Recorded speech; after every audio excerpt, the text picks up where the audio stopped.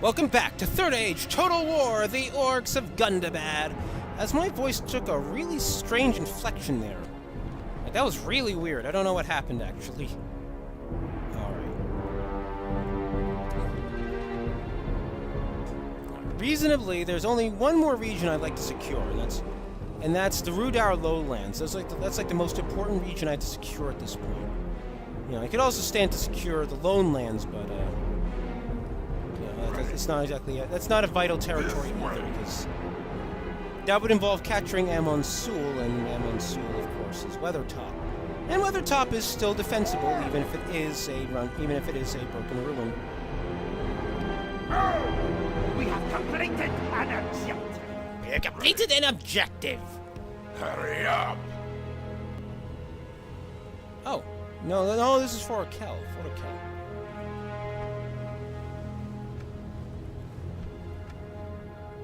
Get ready for fighting. Pick your feet up. Objective. Aha, Engsul. Ready. Keep going. Ready.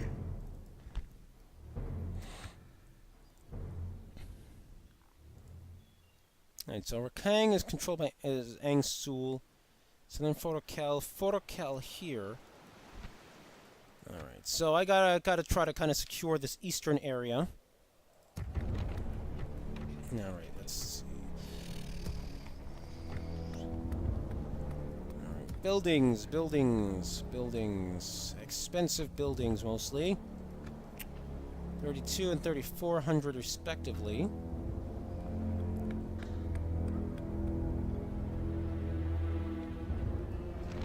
Try to get more wargs.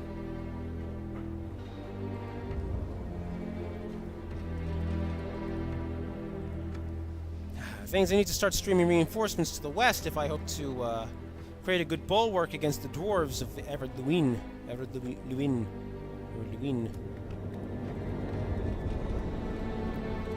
Because that's the thing, even if my objective is just Eriador, I need to kind of make a bulwark against my enemies.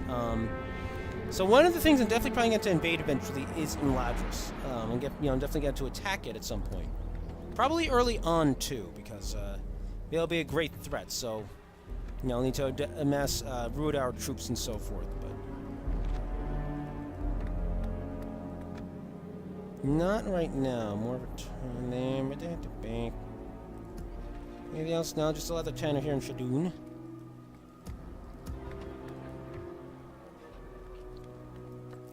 I'm already building something there. Okay, let's build a building here in Gundabad then, I guess. Let's get a camp guard. Get some better infantry. Listen up.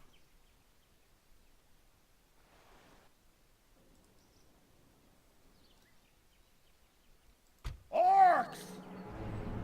Actually, I have an idea. I'm going to attack Engsul with him in Pitkaranta up with the chieftain. All right, I gotta plan the works now. All right, so I'm gonna, because I want to control these two territories. Actually, I could use the forts really, because they're defensive. Because their bonuses basically as defensive territories will help me along.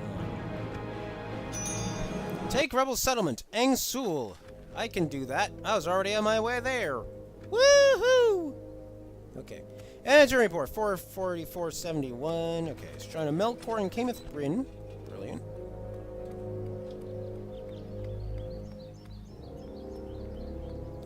Let's get a hunting hut, I guess. We could also use mines, but the mines are going to be slow income, or going to be like a quick income, whatever.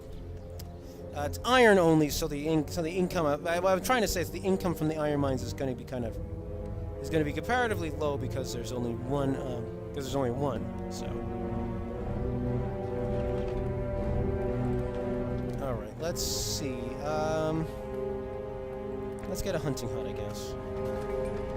Relations report. Dark Lord of Mordor. Very good.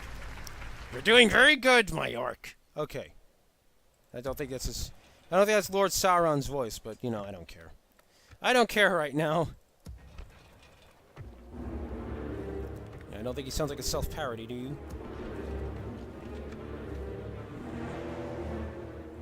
Listen up! Kill them all! We have completed an No, all of them! Kill all of them! attack! Objective complete. Alright, let's see if we can start infiltrating this or not. It's gonna be a lot of reloading in the next minute. Or gonna be reloading. Hurry up! Yep! Dang it, I hate low-level spies. They're just so annoying.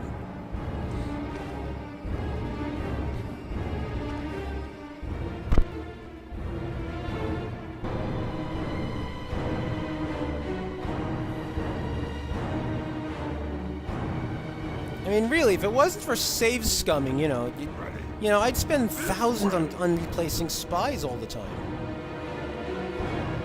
You know, I actually think that, I think that's actually, I think that's a poorly done mechanic of whatchamacallit,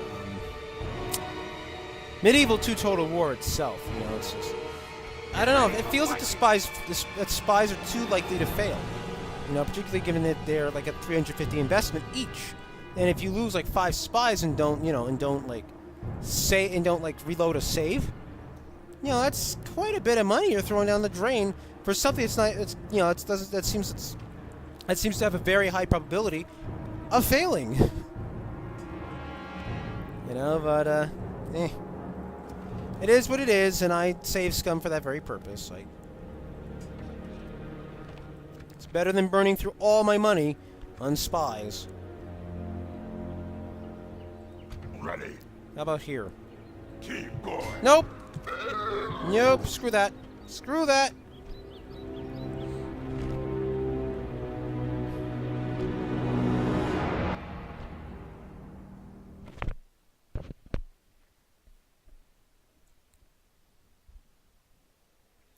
It probably doesn't help that, like in most games, the percentage chance of success in this case seems misleading. You know, I mean, it says 52%, but I've done like 4 of these missions now, and I failed it. No, 3 of them maybe, but either way, I failed every single one of them. When statistically, you think at least one would have succeeded. You know, so as usual, it feels like the game's random number generator is kind of screwing with you, and possibly intentionally. You know. Alright, let's see. Inventory report, 5475. Construction complete. The Bowyer and Carndoom. Get the mining network now. That'd be expensive, though. Recruitment report, Snaga Stalkers.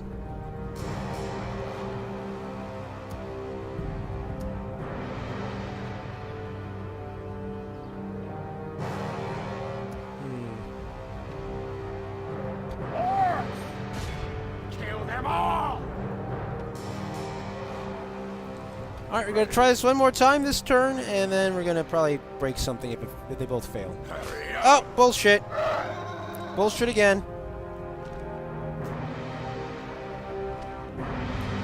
Alright, we move them. We're going to save here, see if we can't infiltrate here. Nope! Oh, for crying out loud.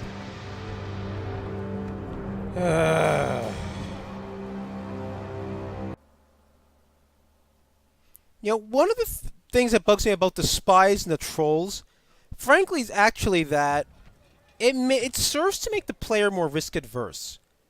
I mean, now I'm not going to be as inclined to put trolls into combat if a charge from a light unit of horse spearmen is going to kill more than half of them. The same thing goes with the spies. I'm not as inclined to use them.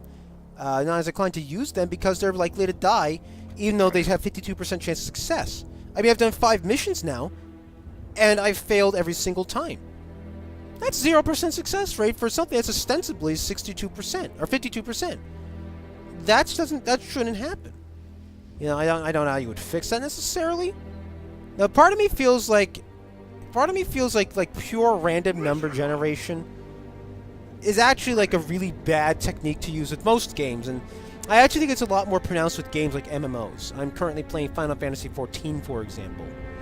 And the random number generator will really shaft a player sometimes, and it makes for a less fun experience.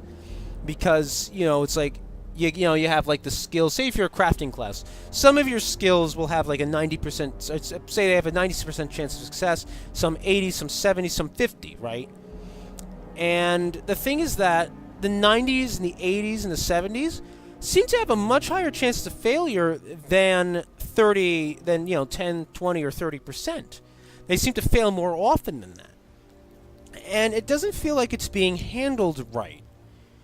It does. When you use like a 90% skill and it fails twice in a row, that just doesn't feel like it should happen. If it happens at all, like it should be like once, like once in a blue moon. It shouldn't happen every 5 times you make an item. And the same thing is happening here, where I'm trying to get 2 spies with the exact same chances of succeeding their missions to infiltrate cities, and I failed every single time. Now, of course, one of the arguments you could make is indeed that I could infiltrate something easier, like a generalist army, and that's certainly true if there were generalist armies around to begin with. But leaving that aside, that doesn't change the fact that the percentages themselves are highly misleading. If it really was 52%, I should have at least 2 successful missions under my belt. One could argue whether or not I should have a third or not, but you'd think that I would have at least 2 successful missions under my belt. And odds are, over the course of this campaign, even with my high-tier orc spot, when I get high-tier spies, I'm still going to seem to fail a lot more than I should. Let's look at the Elves of Linden. Even my spies seem to fail a lot. And there's like that one period in the middle where they seem to succeed all the time.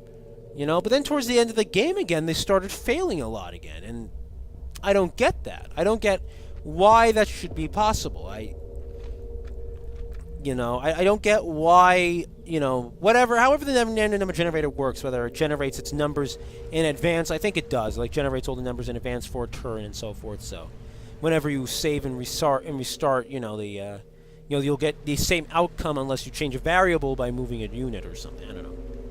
No, wait, no, that doesn't make sense, because moving units will change variables. No, they'll change variables for the next turn. Sorry, I'm thinking this. I'm trying to think this through. But but the whole point though is that it's like it's not endearing me. It's not endearing me to the system because the system is failing me. One, I'm the human player, and I am doing this for my own enjoyment and your enjoyment, but it's sort of like we don't want to forget that because I'm trying to enjoy the game, I don't want to fail inordinately, and that's what it feels like. It feels like I'm failing a lot more than I should be. And it's making for a less pleasant game experience. I don't want it to be easy, but I don't want it to be tedious. I don't want it to be tedious either. And frankly, and speaking of MMOs, this leads into one of my greatest. This leads to one of my big arguments when it comes to whether or not a game is fun, whether or not it gets tedious, and that's the problem a lot of MMOs run into. A lot of MMOs and other games will run into a problem where they become tedious after a point. Where you're just trying to do the same repetitive action and failing. When you fail repeatedly, it gets boring really fast. Not only does it get boring, it gets frustrating. I don't know where this rant came from, by the way, but I guess the tedium thing's been on my mind, but and this is where it all stems from. This sort of concern with games becoming tedious, because it's a very dangerous territory to enter when your players start to think the game's not being fair to me and it's just being annoying. You don't want that. You want the game to stay fun, and maybe you'll have slow points, but you want it to keep the player engaged, and you also want to keep the player immersed. And I'm not saying I'm not immersed in the experience here necessarily, but you kind of break the flow when things like Light Horseman killing 7 trolls happens, or when spies fail repeatedly at a 50% chance. It breaks the flow of the game, and it breaks the mood, it breaks the fun, and it has a negative effect on the overall gameplay experience. But that's just my 2 cents. I'm sorry for boring you for the past 10 minutes with that rant, and let's move on to the invasions of Picaranta and Angsul. Alright. And a turn report. 8037. Construction report. Warg Breeder and Latash. So we can now make a Warg Rider Trooper. Troop. Troopin'. What's our culture? Oh, 90% here in Latash. We're fine. We are fun here. Okay, can make garrison quarters or a bowyer. So let's make a bowyer. Sorry if you can hear that scratching, by the way. I have a itch on the top of my head right by my headset right now, and I really need to get a new microphone, clearly. You know, I need to get a separate microphone that picks my voice better and so forth, makes me sound clearer. You know, and that's kind of what I need, so. I'll get to that eventually, though. Alright, close the scroll, because we need... Alright, Kameth Bryn, Hunting Hut. Hunting Hut. Hut. Alright. Gonna stop that now. Alright. Let's get a thingy there. Can't remember what that was called already. I'm so forgetful. Let's get the leather tanner Shadoon now. Why not? Practice range. Archers are less useful though, so let's get a boar breeder actually. Let's increase our income. No. Actually, you know what? I want to build some wargs.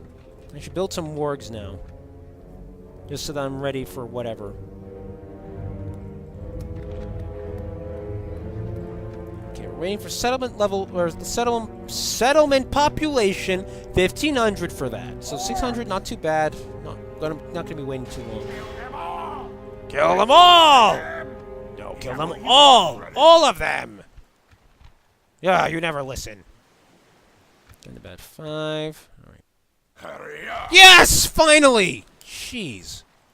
Hey, he leveled up, finally. Thank goodness. Gosh. Get ready for fighting! Such a pain in the ass. Oh, the gate's open. Let's maintain the siege for a moment. Let's maintain the siege for a moment. Let's save again. Alright, nah, let's not bother. Let's not push our luck.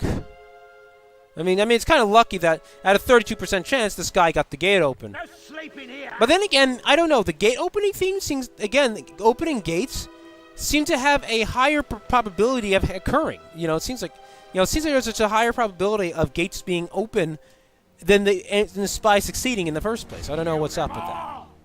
It's confusing. Alright, attack! Attack, my general. Anytime now. Captain Faladir. I know that there's all Javelineers in this army, but...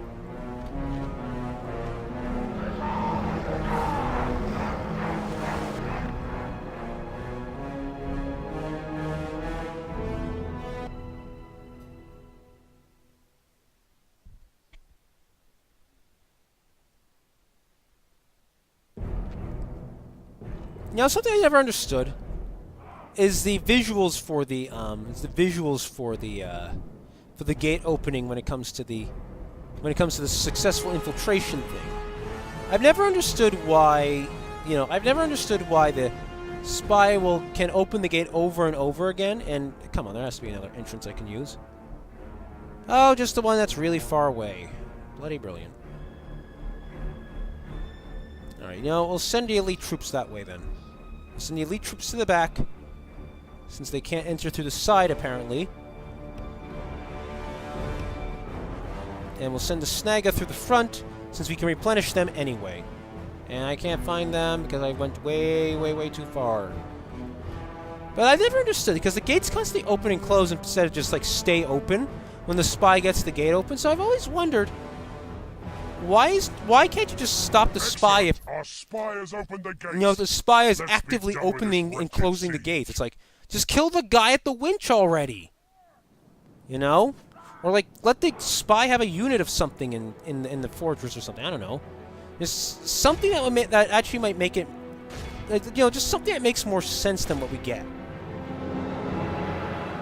Arrows coming in.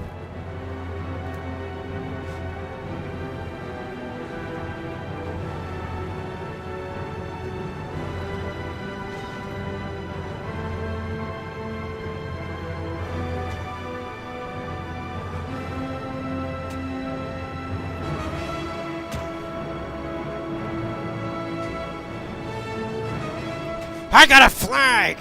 Yes, you do, Billy. Yes, you do. Wait, that's not Billy's voice. Crap. That wasn't Billy's voice. Okay, so you're Robert the Orc.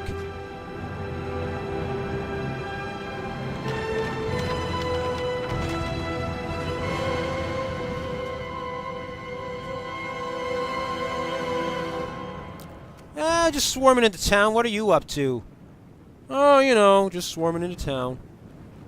Gonna eat some man flesh, because man flesh is delicious. Holy crap! Holy map. Holy map.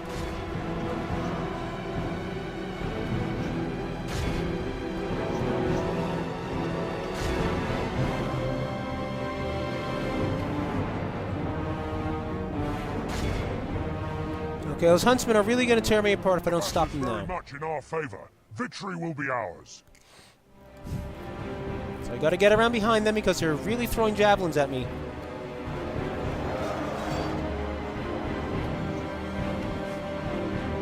Alright, guys, orcs, whatever you are. Let's get a little more in here. Let's get less javelined and more attacked here. More attacking. I don't know what you're doing, guys. I don't know what you're doing. You're not supposed to get that close. Jeez, those javelins. Enough. Stop throwing them now. Can we just pile in on the square here instead of just spreading out? Can we not be stupid, please? I don't like it because their formations are not concise enough for this sort of... are not concise enough. I need tighter formations than this. This is not as pleasant as I want it to be. Gosh, stop throwing those damn javelins! Overwhelm the huntsmen! You know what? I got an idea. I'm gonna send the orc fellers this way. I'm gonna send these guys into the peasant axemen. I'm gonna send the goblin band into these huntsmen. I think they ran out of javelins just now. Good. But gosh! We weren't even pressing in. We were kind of just like standing around scattered to hell. It was really bad. Really bad. There's General's bodyguard. These are the fellers. So we're going to send them this way. We're going to outflank the other huntsmen.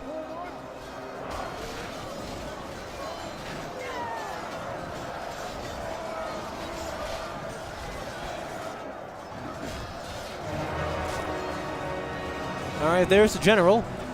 This is the factionaire, right? No, this is the faction leader. That's the chief. That's Chief What's-a-doozy.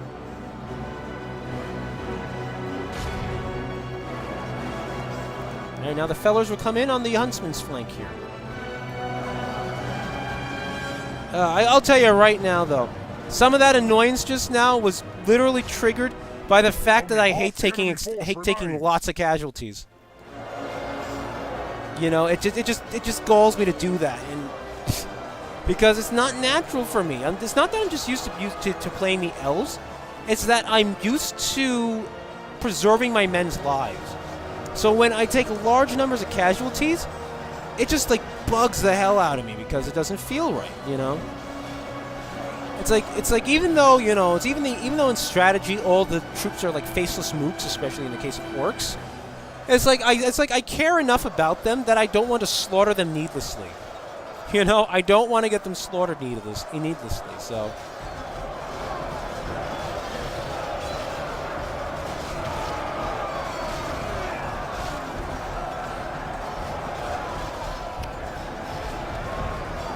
at least this is working to my favor. I'm not losing a... And are becoming tired. Of course they're becoming tired because they're all orcs. Maybe if they weren't such weaklings... that's another thing I have to keep an eye out for. Basically what I have to do is I have to use numbers and...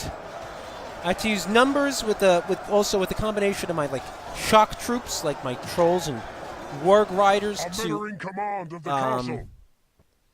You know, to kind of gain an advantage over the enemy. You know, I need to I need to win fast, or else I'm going to lose. You know, because the orcs can't withstand protracted battle. And that's definitely accurate, and I will not quibble with that mechanic at all, because that's accurate, makes sense. It's going to be bad for my usual style of play where I try to outlast my enemy, but, you know. I did choose to play evil, so.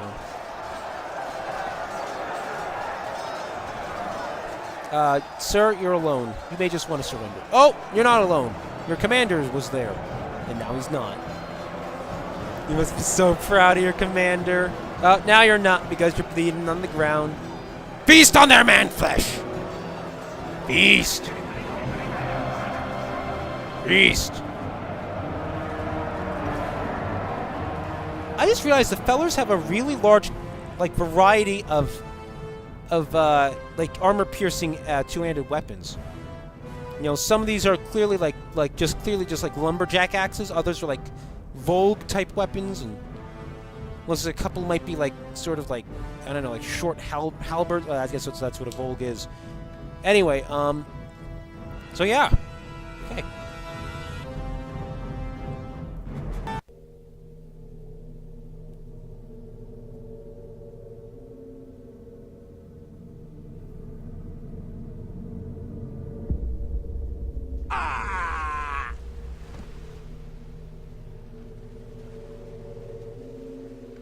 We've destroyed the enemy! Yay! Yarr! Occupy. Populations are too low to make sacking worth it. You know, I'll just kill too many people, and then they'll grow slower. Human head. Show to your whimpering enemies. Local popularity +1. Yay! Anyone else? And when I just made that yay sound, did anyone else kind of imagine like some sort of cute chibi orc of some form? You know, kind of just doing like a victory sign or something. Ready. Ah, yeah, that's right. No, I've seen I've managed to see some of the auxiliaries of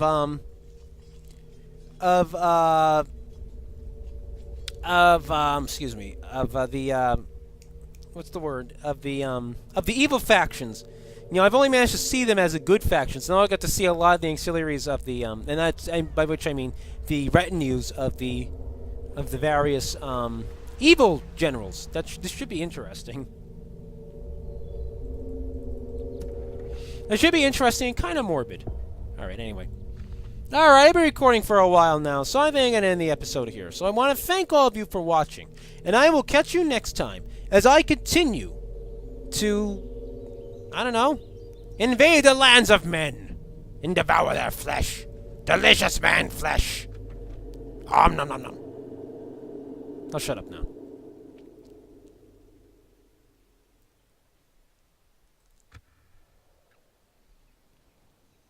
Oh, yes. Until next time, everyone. I just realized I wasn't done. I just got distracted looking here. All right, until next time. Well, I keep doing that. I really have to get more focused. Until next time, everyone.